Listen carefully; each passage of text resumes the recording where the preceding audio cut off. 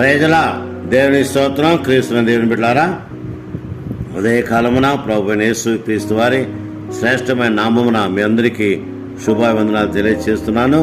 ప్రతిదినం ప్రభుతో ప్రతినిత్యం యేసయ్య యొక్క కృపావరాలు పొందుటకు దేవుడు మనల్ని ఏర్పాటు చేసుకున్న దాన్ని బట్టి దేవునికి వందనాలు చెల్లిస్తున్నాం.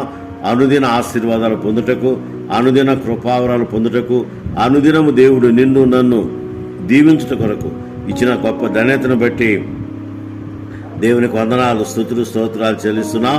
దేవుని వాక్యాన్ని ధ్యానం చేసుకుందాం. యెషయా గ్రంథం 49వ అధ్యాయము గమనించండి. యెషయా గ్రంథం 49వ అధ్యాయము 14 నుండి చదువుకుందాం. యెహోవా నన్ను విడిచిపెట్టి ఉన్నాడు, ప్రభు నన్ను మరిచి ఉన్నాడు అని అనుకొనుచున్నది. స్త్రీ తన గర్భమున పుట్టిన బిడను కనికరింపకుండా తన సంటి పిల్లను మరుచునా? వారైనా మరుచుదురు, కానీ నేను నిన్ను మరువను. చూడుము, నా అరచేతుల మీద నిన్ను చెక్కి ఉన్నాను. నిజమే దేవుని బిడ్డ, గమనించండి. దేవుడు మరువక విడువక కరుణించి కాపాడి ఆదరించి బలపరిచే దేవుడని దేవుని బిడ్డలకు జ్ఞాపకం చేసుకుందాం. యెహోవా నన్ను విడిచిపెట్టి ఉన్నాడు అని సియోను అనుకుంటుంది కనుక ప్రభు అంటున్నాడు, నిన్ను మరిచి ఉండను, నిన్ను మరువను. తల్లి అయినా తన బిడ్డను మరచును, కానీ నేను నిన్ను మరువనని దేవుడు వాగ్దానం చేస్తున్నా. నేను నిన్ను మరువను, విడువను. చూడుము, నా అరచేతుల మీద చెక్కి ఉన్నానని దేవుడు మాట్లాడుతున్నట్లుగా దేవుని బిడ్డలకు జ్ఞాపకం చేసుకుందాం. ఎందుకంటే దేవుడు మరువక విడువక కరుణించి కాపాడి ఆదరించి ఆయన జ్ఞాపకం చేసుకునే దేవుడని దేవుని బిడ్డ జ్ఞాపకం చేసుకుందాం. ఎందుకంటే మన ప్రభు ప్రేమ గలవాడు, దయగలవాడు, కరుణమూర్తి. అంతేకాదు అపరిమితమైనటువంటి జాలిగల దేవుడు. ఆయన మనల్ని జ్ఞాపకం ఉంచుకొని ఉన్నాడు కనుక దేవుని బిడ్డ గమనించండి. దేవుడు విడువడు, ఎడబాయడు, కరుణించి కాపాడి ఆదరించి బలపరిచి బలమైన కార్యాలు జరిగించే దేవుడనే దేవుని బిడ్డలకు జ్ఞాపకం చేస్తూ, తల్లి అయినా మరచిన మరుసును కానీ నేను నిన్ను మరువను, విడువను, ఎడబాయనని దేవుడు వాగ్దానం చేస్తున్నాడు. నిజమే దేవుని బిడ్డ గమనించండి. శ్రమలలో, బాధల్లో, కష్టాల్లో, ఇరుకుల్లో, రకరకాల శోధనలో దేవుడు నిన్ను నన్ను విడవడని దేవుని బిడ్డలకు జ్ఞాపకం చేసుకుందాం. ఎందుకంటే ఆయన విడువక ఎడబాయక కరుణించి కాపాడి బలపరిచే దేవుడని దేవుని బిడ్డలకు జ్ఞాపకం చేసుకుందాం. కనుక దేవుని బిడ్డలకు గమనించండి.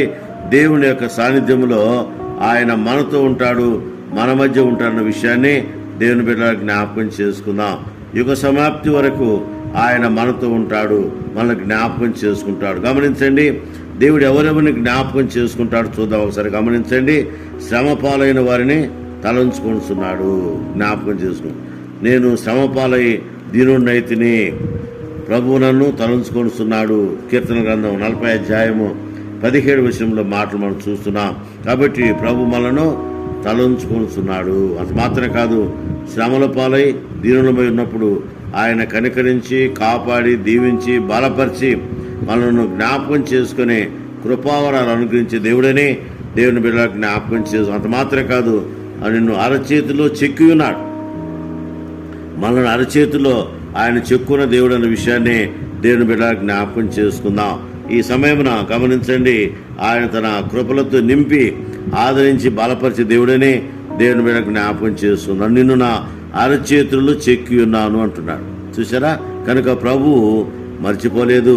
మరువని దేవుడు, విడువని దేవుడు, కరుణించే దేవుడు, కాపాడే దేవుడు, బలపరిచే దేవుడు, బలమైన కార్యాలు జరిగించే దేవుడు అన్న విషయాన్ని దేవుని బిడ్డలకు జ్ఞాపకం చేసుకుందాం. కాబట్టి ఆయన జ్ఞాపకం చేసుకునే దేవుడు. ప్రతినిత్యం దినదినము క్షణక్షణం ఆయన మన జ్ఞాపకం చేసుకుంటాడు, మనల్ని దీవిస్తాడు, ప్రేమిస్తాడు, ఆదరిస్తాడు.